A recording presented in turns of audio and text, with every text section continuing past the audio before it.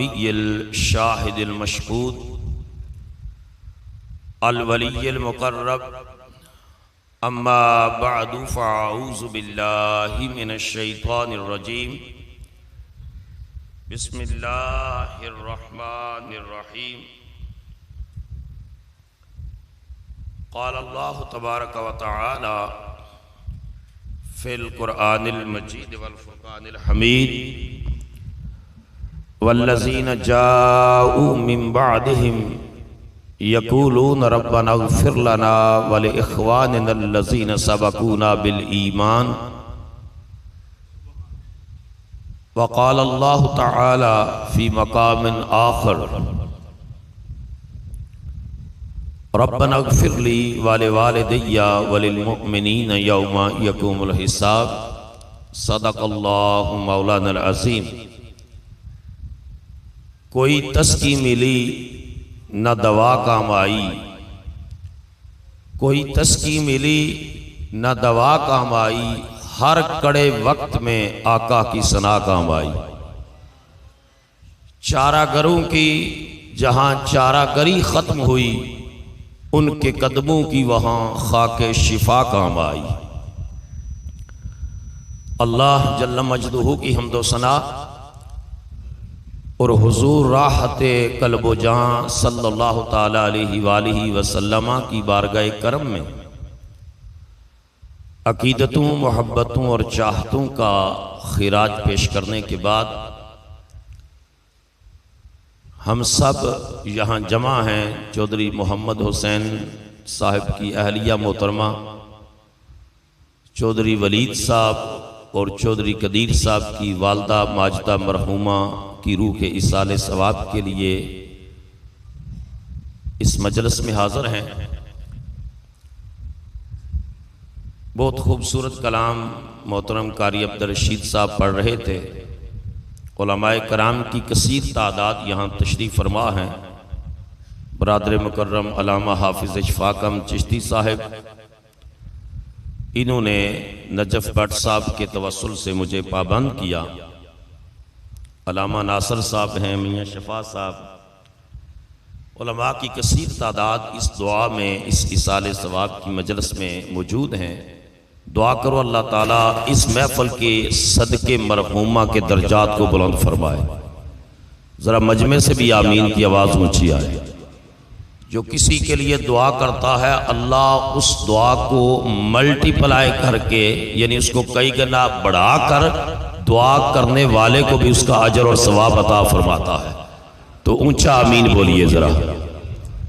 अल्लाह पाक ने कुरान मजीद के अंदर अहले ईमान के औसाफ का तज़किरा करते हुए फरमाया है कि वल्लज़ीना जाऊ मिन बअदिहिम, कि जो बाद में आने वाले लोग हैं, यक़ूलून रब्बना इग़फ़िर लना, जब वो दुआ के लिए हाथ उठाते हैं तो कहते हैं ए अल्लाह हमें बख्श दे, वाले इख़वानिनल्लज़ीना सबक़ूना बिल ईमान, और हमारे उन भाइयों को भी बख्श दे जो हमसे पहले ईमान की हालत में दुनिया से रुखसत हो चुके हैं। तो फौत शुदगान की बख्शिश की दुआ करना ये मोमन का शिवा है, ये कुरान हकीम बयान कर रहा है।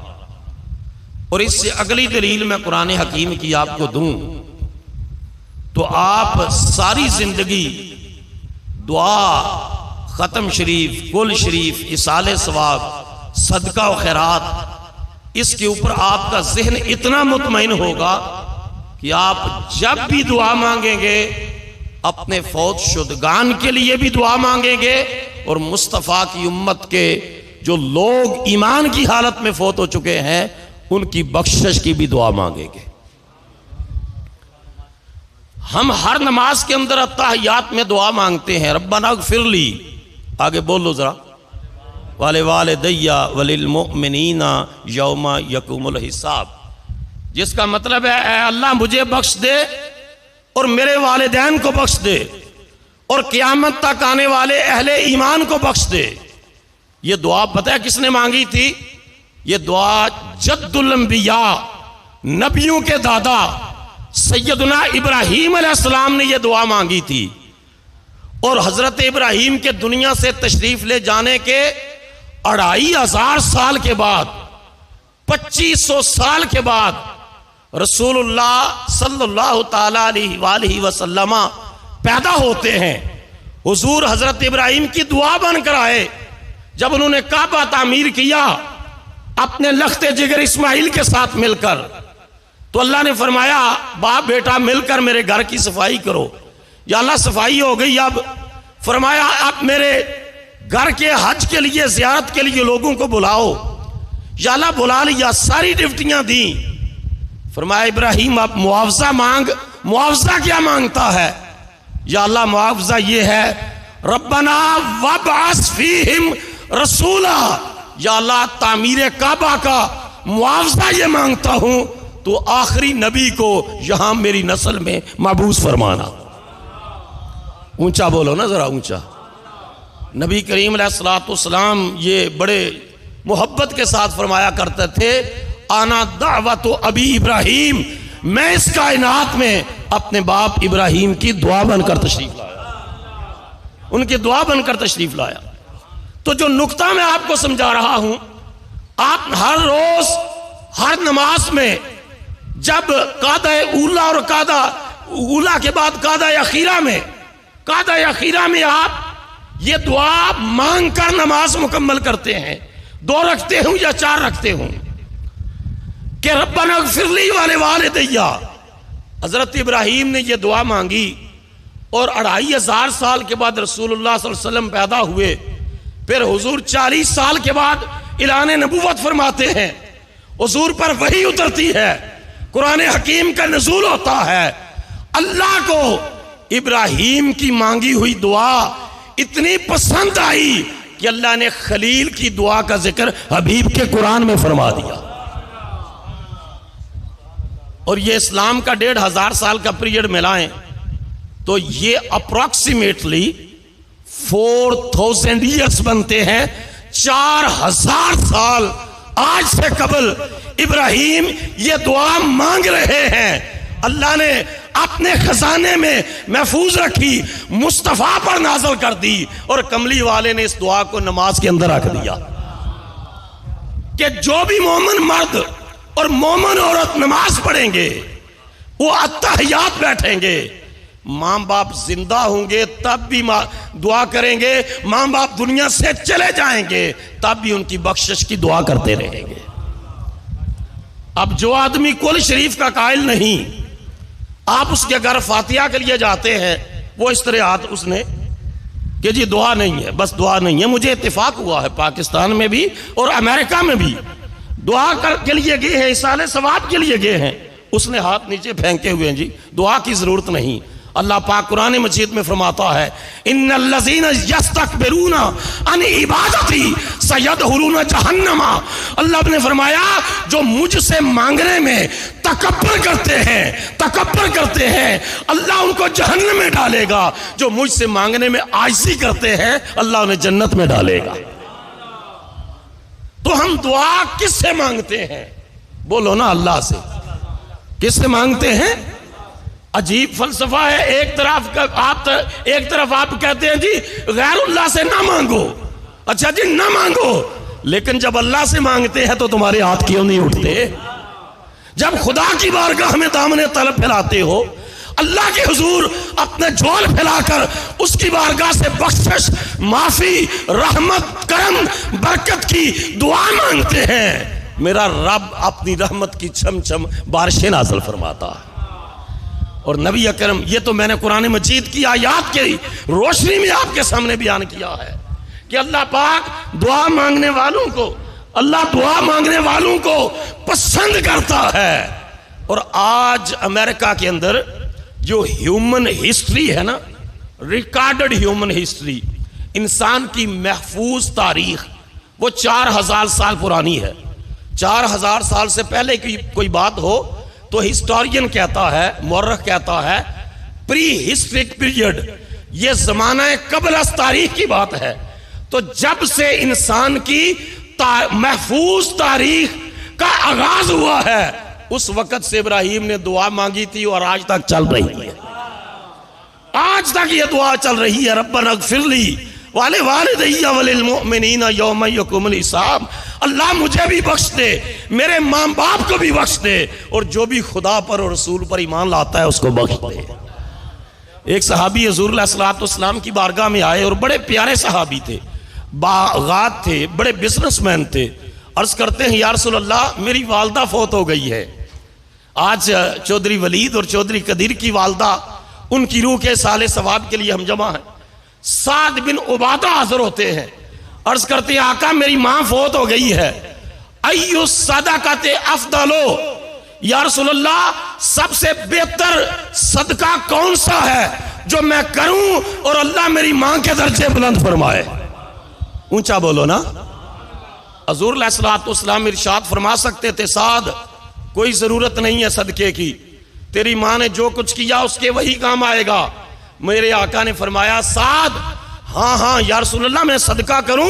फरमाया हाँ साद सदका कर और तेरी सदके का सवाब तेरी माँ को पहुंचेगा, तेरी माँ को पहुंचेगा। पूछा फिर अय्यु सदक़ते, या रसूल अल्लाह फिर what is a best charity, सबसे बेहतर चैरिटी और सदका क्या है जो मैं अपनी माँ के लिए करूं।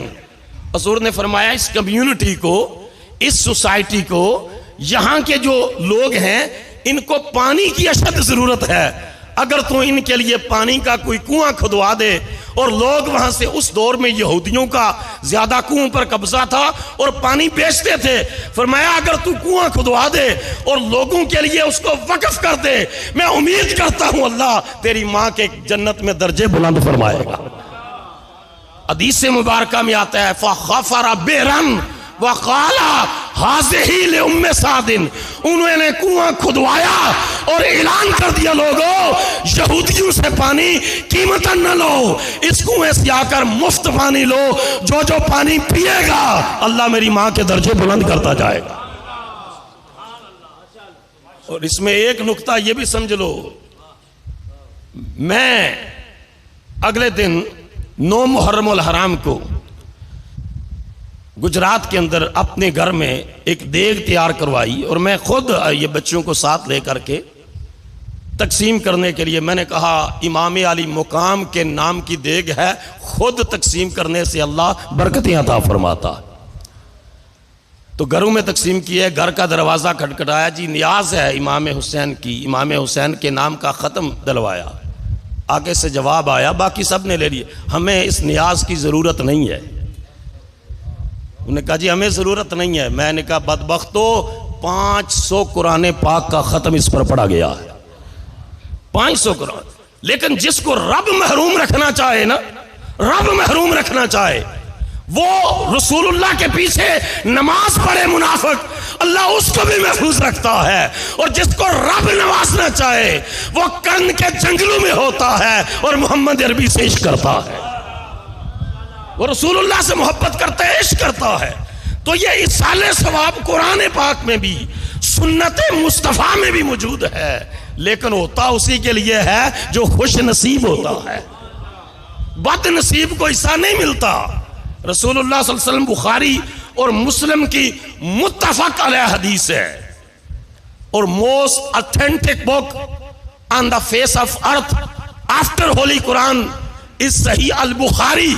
अल्लाह के कुरान के बाद जो मोस्ट ऑथेंटिक बुक है, सबसे मुस्तनद तरीन किताब है, वो सही बुखारी है और उसके बाद सही मुस्लिम है। इनके अंदर हदीस आती है कि नबी पाक अलैहिस्सलाम 2 कब्रों के पास से गुजरे। मर्र नबी सल्लल्लाहु अलैहि वसल्लम बेक़ब्रैन फ़क़ाला इन्नहुमा युअज़्ज़बान, सहाबा का काफिला साथ था, हुजूर रुक गए। हुजूर ने इरशाद फरमाया सहाबा से, इन दोनों कब्र वालों को अजाब हो रहा है। बुखारी और मुस्लिम की मुत्तफक अलैह हदीस, मैं दिखा सकता, अजाब हो रहा है। इसमें एक नुक्ता तो ये समझ लो कि मैं कब्रस्तान से गुजरूं या आप गुजरे, हमारी निगाह कब्र के अंदर के हालात नहीं जान सकती। नबी की निगाह नबूवत जमीन के ऊपर भी देखती है, जमीन के अंदर भी देखती है। मुस्तफा करीम ने फरमाया इनको अजाब हो रहा है।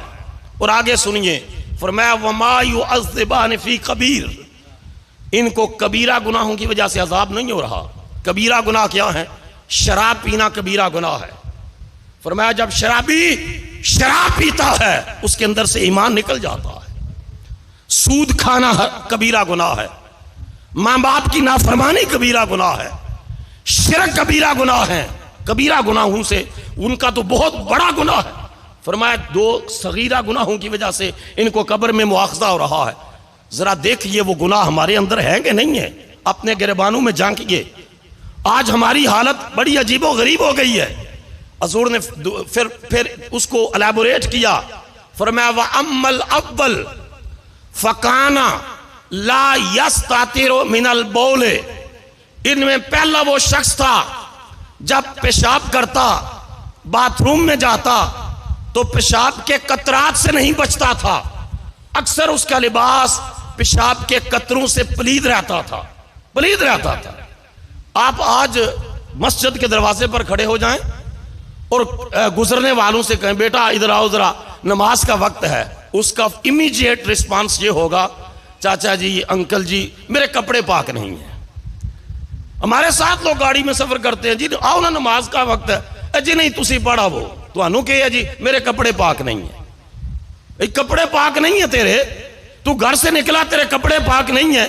जब जिस्म कपड़े पाक नहीं, जिस्म पाक नहीं तो अल्लाह दिल को किस तरह पाक करेगा। वो फरमाता है तू अपने ज़ाहिर को पाक कर, मैं तेरे बातिन को पाक फरमा दूंगा। और दूसरी हदीस में हुजूर ने फरमाया इस्तनज़हु मिनल बौले फ़इन्ना आमत अज़ाबल कब्र मिनहु, जब पेशाब करो तो उसके कतरों से बचा करो, कब्र का ज्यादातर अज़ाब पेशाब के कतरात से ना बचने की वजह से करके होगा। मैं अमेरिका में भी लोगों को कहता हूं कि यहां तो पेपर टॉवल है, बड़ा स्ट्रांग है पाकिस्तान की निस्बत। तो पुराने जो बाबे यहां बैठे हैं ना, मैं सादा एक बात करूं, वो 40 कदम चलते सन कि कोई कतरा साढ़े कपड़े के उत्ते ना गिर जाए। वटवाणी करते सन अपने जिस्म को, लिबास को पाक रखने के लिए, ताकि उसके बाद फिर वजू। तो हुजूर ने फरमाया इनमें एक वो शख्स है जो पेशाब के कतरात से नहीं बचता था। वह अम्मल आखिर फकान यमशी बिन नमीमते, दूसरे का जो गुनाह बयान किया वो भी हमारे यहाँ आम है। फरमाया दूसरा चुगली बहुत करता था, दूसरा बैक बाइटिंग और गीबत बहुत करता था।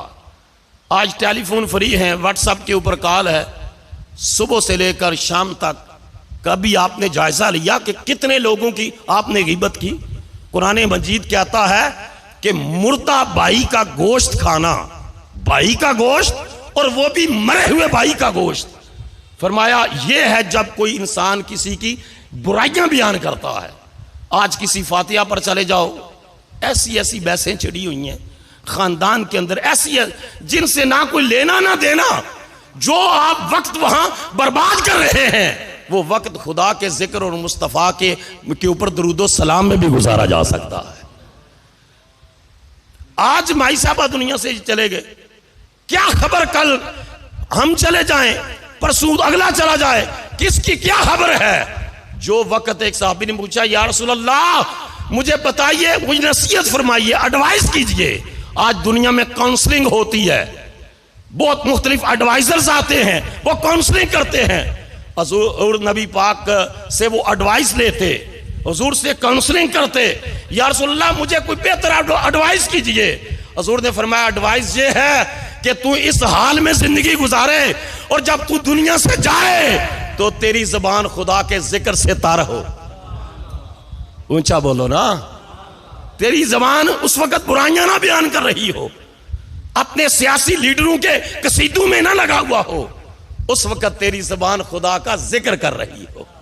चलते फिरते जो इंसान पढ़ता है सुबहान अल्लाह व बिहम्दिही सुबहान अल्लाहिल अज़ीम, हुज़ूर ने फरमाया कालिमताने खफीफताने अलल लिसाने सकीलताने अलल मिज़ाने हबीबताने इलर रहमाने, जो बंदा सुबहान अल्लाह व बिहम्दिही सुबहान अल्लाहिल अज़ीम पढ़ता रहता है, फरमाया ये दोनों कलमे जो है जबान पर बड़े हल्के हैं, क़यामत के दिन तराजू में बड़े बारे करके तोले जाएंगे।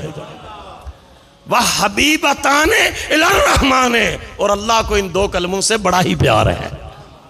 हुज़ूर ने ये गुनाह उनके बयान करने के बाद अन्नबी औला बिल मोमिनीना मिन अनफुसिहिम, नबी मोमिनों की जानों से भी ज्यादा उनके करीब है। हजूर उनको छोड़कर नहीं चले गए। हदीस का लफ्ज सुना रहा हूं, सुम्मा आखासा जरीदतन राताबतन, उन कब्रों से थोड़ी सी हट के खजूर का एक दरख्त था, हजूर ने उसकी एक टहनी तोड़ी। सुम्मा शक्काहा बेनिस्फैन, उस टहनी के दो टुकड़े किए। सुम्मा गरसा फी कुल्ले कब्रिन वाहिदतिन मिनहुमा, एक टहनी एक कब्र के सराहने लगाई, दूसरी टहनी दूसरी कब्र के सराहने लगाई। सहाबा ये मंजर देख रहे थे। उन्होंने अर्ज की, लेमा सनाता या रसूल अल्लाह, अल्लाह के हबीब आपने इस अमल की तशरीफ फरमा दें कि हुजूर ने ये मुबारक अमल किस गरज से फरमाया है। तो हुजूर ने इरशाद फरमाया, जब तक ये टहनियां खुश्क नहीं होंगी ये अल्लाह का जिक्र करती रहेगी। यानी दरख्त अल्लाह का जिक्र करे और इंसान चलती फिरती लाश बन जाए। सुबह से शाम तक ना तस्बीह चले।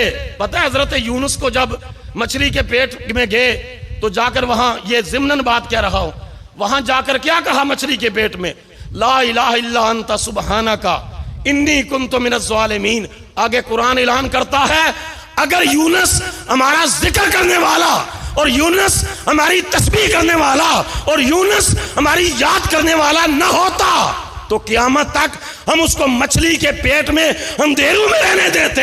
हमने अपने जिक्र और तस्बीह की बरकत से उसको वहां से निजात अता फरमाई। तो फरमाया, जब तक ये टहनियां खुश्क नहीं होंगी ये अल्लाह की तस्बीह करेंगी, और जब तक तस्बीह होती रहेगी अल्लाह इन कब्रों के अजाब में कमी फरमा देगा। तो गंजा में रहने वालों, मैंने अपने कारी अब्दुल रशीद साहब गवाह हैं, प्रोफेसर फयाज फैजी साहब भी तशरीफ फरमाते हैं, मैंने दीनी तबलीगी सफर का आगाज ही गंजा से किया था।